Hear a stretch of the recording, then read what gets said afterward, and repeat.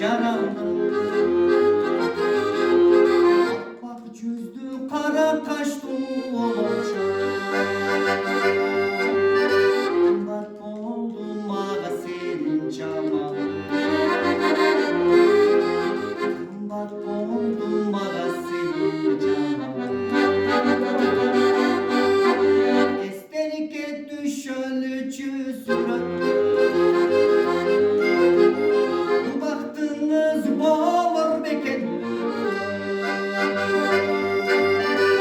Bu yanında hayal gülüp durgan. Beni söyleyen ümit çaça, beni söyleyen ümit çaçacı.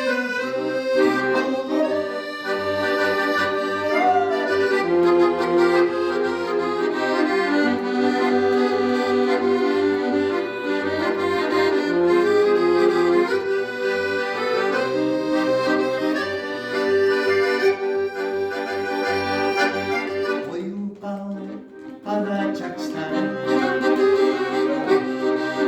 oy göz çiğme kara kaşlar, oy moloz abbak çüzdü seni. Çaraşat ot bile gelin baskan, çaraşat ot bakın baskan.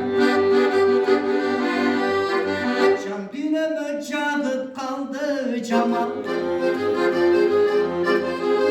Canıp büyür bir görgöndü sana. Yaşasam bu ömürde 30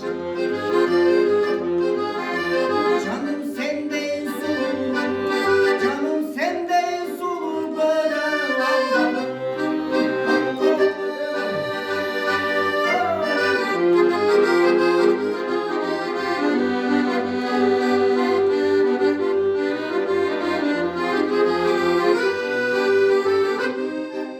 Canım sende suludur Allah'ım.